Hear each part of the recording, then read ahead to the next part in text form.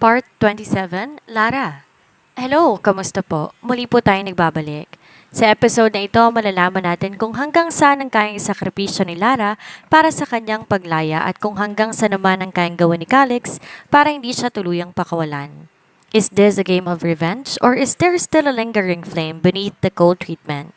Tara, samahan niyo akong silipin ang mundong puno ng kasinungalingan, luha at ang mabigat na presyo ng pag-ibig. Simulan na natin.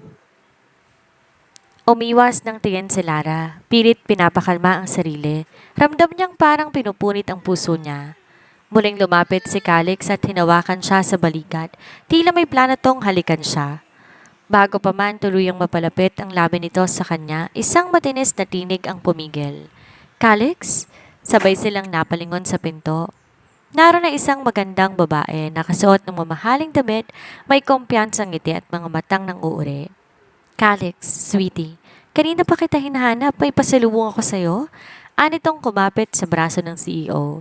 Tila ba pinapakita sa kanyang pag-aari nitong lalaki. Para siyang biglang binuhusan ng malamig na tubig. Nabalik sa alaala niya ang mga bulong-bulungan tungkol sa dami na naging babae ni Calix mula nang mawala siya. Totoo nga pala. At ngayon, harap-harapan niya nang nakikita. Ngunit sa halip na sumakit muli ang dibdib niya, naramdaman siya ng ginhawa.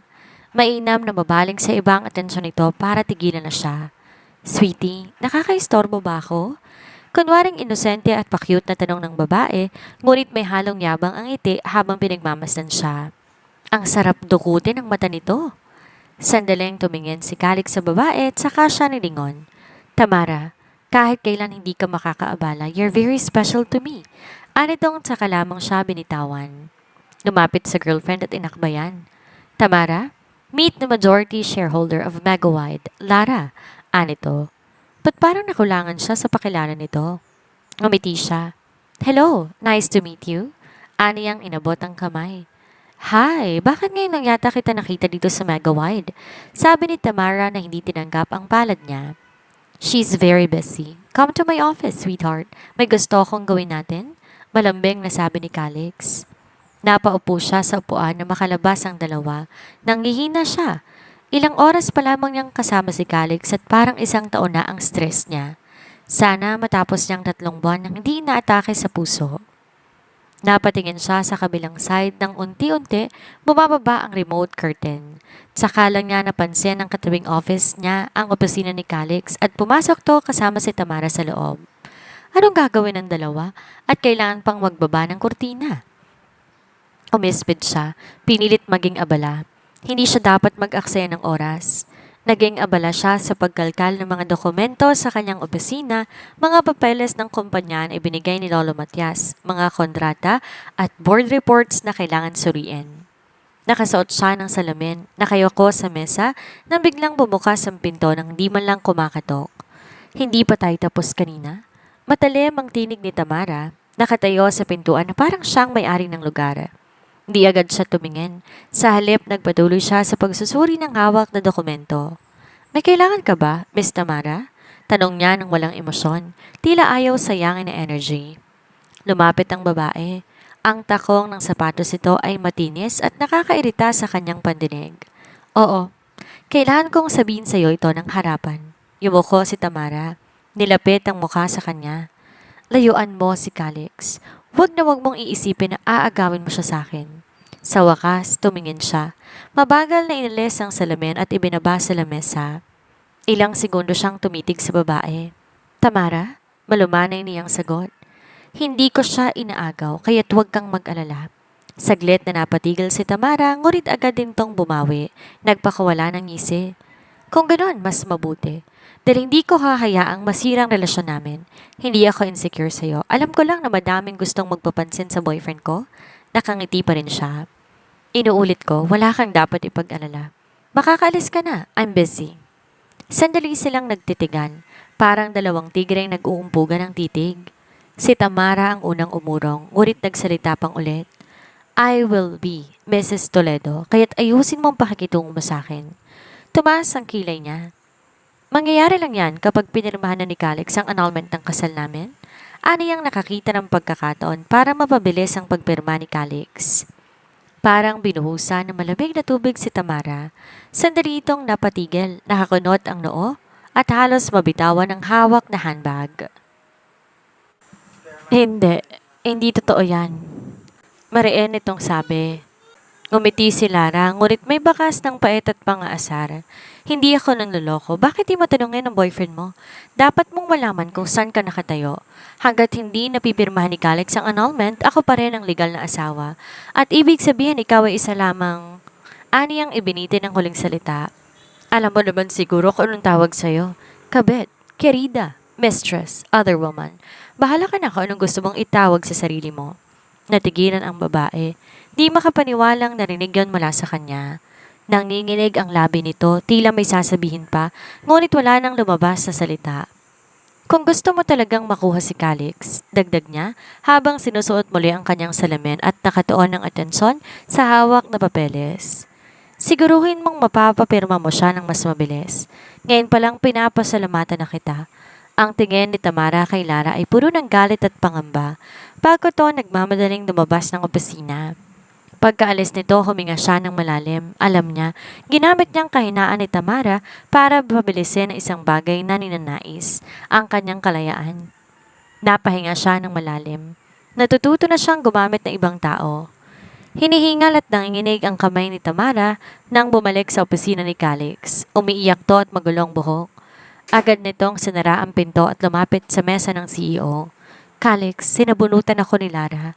Kung ano-ano ding masasakit na salita ang sinabi niya, anitong basag ang tinig. Do you think she's jealous? Sa halip ay sabi niyang napangiti habang nakatutok pa rin sa dokumento. Totoo bang kasal kayo ni Lara? Bakit di mo sinabi sa akin? Napataas ang kilay niya mula sa hawak na dokumento. Yes, she is my wife. Wala ko naaalalang binigyan kita ng karapatang magtanong sa akin. Malamig niyang tugon. Biglang lumambot ang ekspresyon ng mukha ni Tamara. Pero okay lang naman sa akin. Hindi ba't pipirma ka sa annulment tapos we can announce our engagement?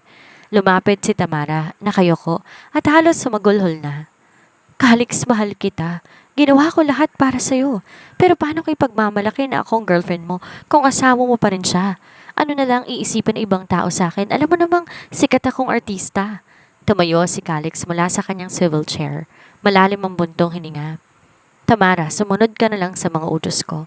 At huwag mo akong pangunahan sa mga gagawin ko. Wala kang karapatan. Maliwanag ba? O malis ka na sa harapan ko? Bakit parang ayaw mong pirmahan ng annulment? Singit agad ng babae.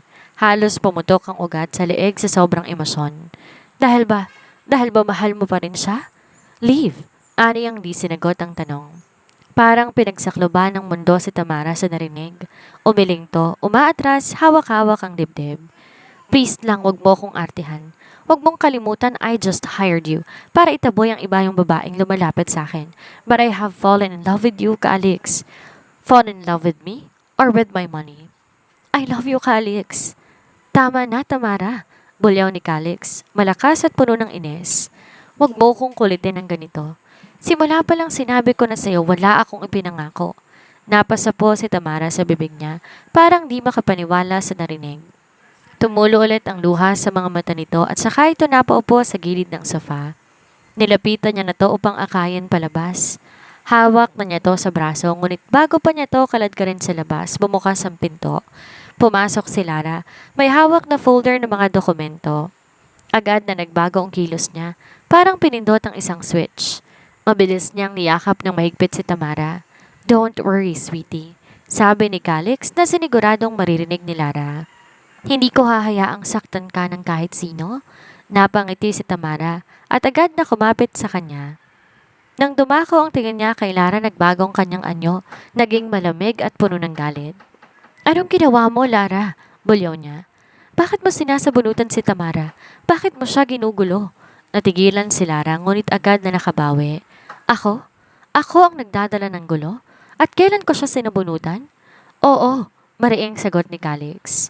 Dahil sa'yo nasasaktan si Tamara, don't you dare touch her again. Halos mapunit ang dibdib ni Lara sa mga salitang yon, pero nanatiling matatag ang ekspresyon nito.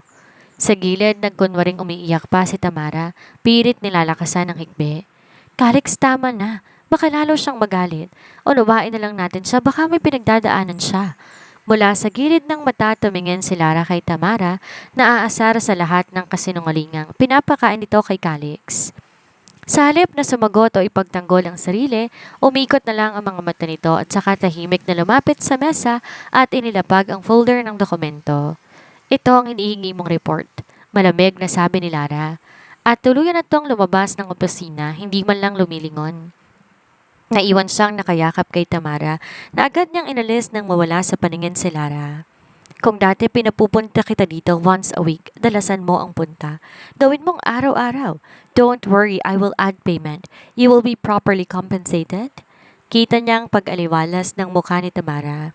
Wait, I will hire you as my assistant for a few weeks. Total wala ka namang projects. Ani at may kumislap na ideya sa isip. Nayakap pa sana ng babae para magpasalamat, ngunit tinaboy niya na to palabas. Lunch break ng Megawide. Pinuntahan ni Jessa si Lara. Naabutan siya nitong kumakain ng baong lunch. Oh, bakit nagbabaon ka? May free food pa rin sa Megawide, Jessa. Ayoko munang lumabas kasi tiyak na ako na naman ang bida sa mga marites. Nako, takot lang nilang paringgan ka. Alam na nilang ikaw ang majority shareholder. Takot sigurong screenshot ko at ipakita sa'yo. O baka ka mo may bagong cheesy na hindi ka nakasama. Biro niya sa kaibigan. Oo nga no. Alam mo ba, may kwento ako sa'yo. Nagulat talaga ako, swear.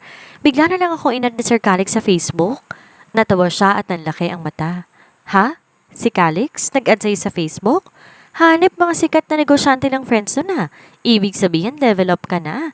Ani ang natatawa at nag-iisip. Ang weird lang. Oo. At hello, nagulat talaga ako. Siyempre, inaccept ko ora mismo. Hindi ko alam kung anong balak niya pero sigurado ko, ini-stock ka nun ng palihim. Napakurap si Lara. Tila hindi makapaniwala. Ini-stock ako? Bakit naman niya gagawin yun? Nagkibit balikat sa Jessa, ngunit malikot ang mga mata, puno ng intriga. Ewan ko sa'yo, pero obvious naman, di ba? Alangan naman gusto lang niyang makita yung posts ko. Napatigil siya. Naalala niyang na-block nga pala niya si Calix sa Facebook. Muling nagsalita si Jessa, pabirong umisi. Alam mo, may kutob ako. Mukhang di pa tapos ang love story ninyo. Napayoko siya. Tapos na kami.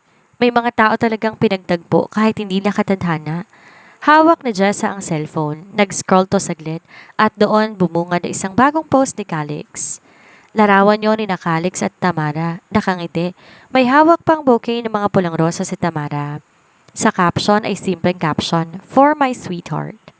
Napakunot ang noon ni Jessa. Bes, dali! Tingnan mo, may post si Sir Calix. Agad pinakita ni Jessa ang screen. Kinuha niya sa kaibigan ng cellphone. Hindi sinasadyang mapindot niya ang like button sa mismong post ni Calix. Napalingon siya sa katabing opisina na nakatas palang kortina. Kitang-kita ni Calix ang eksena nilang magkaibigan. Napatulala siya sa screen, nanlamig ang kanyang kamay. Oh no! Bulong niya. Mabilis na pinindot ulit para alisin ang like pero huli na. Parehong natataranta sila ni Jessa nang mapansing nakatingin si Calix sa kanila. Isasara sana ni Lara ang kortina ngunit napansin niya wala namang curtain ang opisina niya. Si Calix lang ang pwedeng magtaas baba ng kortina kung kailan ito gusto. Maya-maya tumunog ang cellphone ni Jessa. Isang notification mula sa post ni Calix na nakatag pala kay Tamara. Pareho silang napatingin ni Jessa. Nag-comment si Tamara. Meant to be. Tam and Calix forever. Sana malinaw ang post na ito kung sinong mahal ni Calix. Kaya sa ibang naghahabol, sorry, I'm soon to be Mrs. Toledo. Di man binanggit ang pangalan niya, malinaw kung para kanino ang patutsyada. Napangisi si Jessa. Grabe siya ha, ang kapalatapang sa comment section. Tahimik lang siya. Hindi ka ba magre-react? O sisa ni Jessa, halatang nagdadala ng emosyon. Lara, halos lahat na makakabasa no na taga Megawide, ikaw ang iisiping tinutukoy. Gusto mo mag-comment ako? Sabihin ko kabit siya para mawala ang yabang? Malalim ang buntong hininga niya. Hindi ko siya papatulan, Jessa. Kung may gusto siyang patunayan, siya na lang. Hindi ko kailangan magpaliwanag sa social media. Ngunit sa kabila ng matapang niyang sagot, ramdam niya ang bigat sa dibdib. Lalo na nang makita niyang nag-react si Calix ng heart sa comment ni Tamara. Parang tinusok ang puso niya sa nakita. Pero gusto niya ito. Mas magiging madali ang umiwas ngunit bago pa niya maibaba ang cellphone, sunod-sunod na nag-notify muli ang app. May mga bagong comments mula sa mga kaibigan ni Tamara. OMG, totoo ba yan? Sino kaya yung humahabol pa? Kawawa naman, di maka-move on. Wow, wedding of the year! Bumalik na siya sa trabaho. Gusto mo ba mag-comment ako? Nakakaasar! Tungayaw ni Jessa na tila ba sobrang affected. Gusto mong masibak sa trabaho? Okay lang ako. Nakakainis eh. Isang comment lang please. Sabihin ko lang ilusyonadang kabit. Jessa, wag mo na lang patulan ng post ni Tamara. Mariing sabi niya. Hayaan mo siyang magpa-queen sa comment section. Besides, saglit siyang natigilan bago nagpatuloy. Ako pa nga ang may gusto ng annulment. Nanlaki ang mga mata ni Jessa. What? Lara, seryoso ka ba? Bakit ka makikipag-iwalay kay Calix? Obvious naman hanggang ngayon may feelings pa siya sa'yo. Umiling siya. Feelings? Kanina mo naman nakuha ang ideya na yan. Na hindi niya nga ako nagugustuhan eh. Wala akong planong balikan ng nakaraan. May kailangan lang akong gawin kaya ako bumalik. Lumapit si Jessa at marahas siyang hinawakan sa braso. Akala ko kaya ka nagbalik para mabuo ang pamilya ninyo. Napanunok siya, tinago ang pangingilid ng luha. Hindi niya malalaman na may anak kami.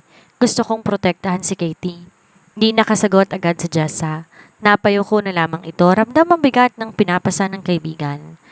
Kung talagang annulment ang gusto mo, maingat na sabi ni Jessa. Handa akong suportahan ka. Pero sana Lara, siguraduhin mo muna. Napapikit siya. Mariing hinigpitan ang hawak sa ballpen. Ito ang tamang gawin, Jessa. Ito lang paraan para makalaya kaming pareho at makapagsimula ulit. Kinabukasan maagang dumating si Lara sa opisina ni Calix. Tahimik na inabot niya ang brown envelope.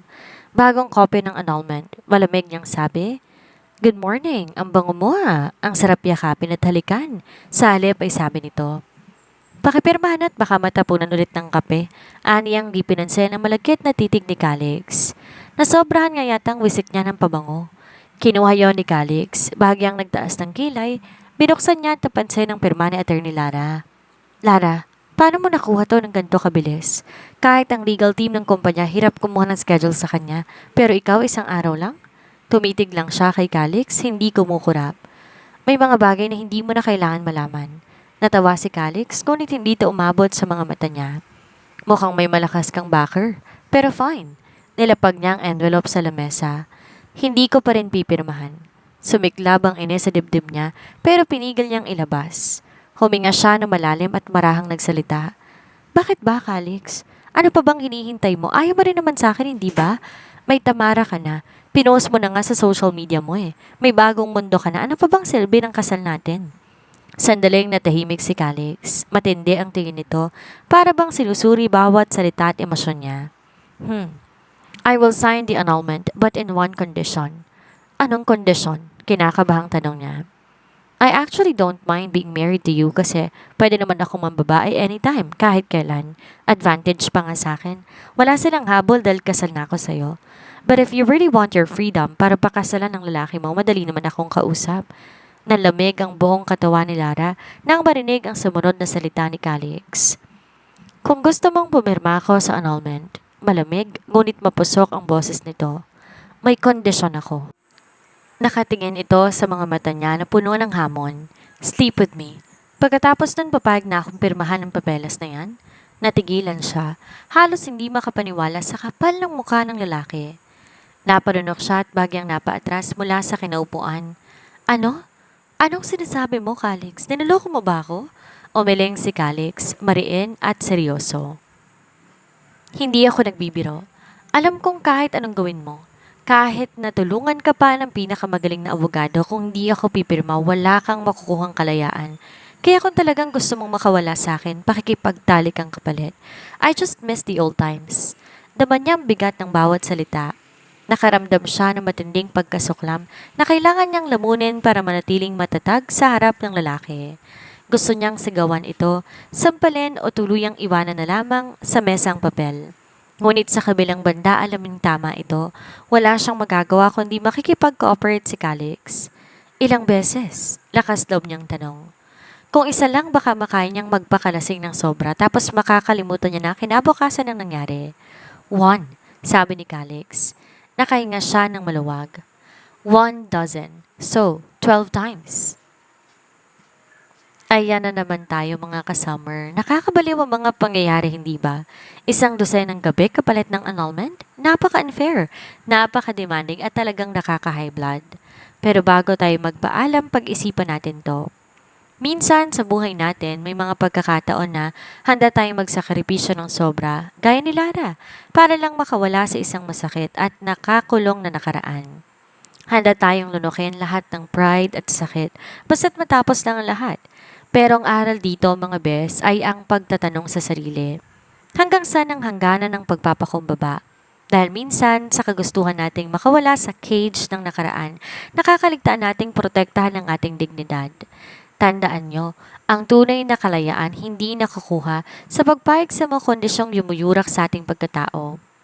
Minsan, ang pinakamahirap na desisyon ay ang pagtalikod ng tuluyan at pagpili sa sarili kahit gaano pa katagal bago tayo makalaya.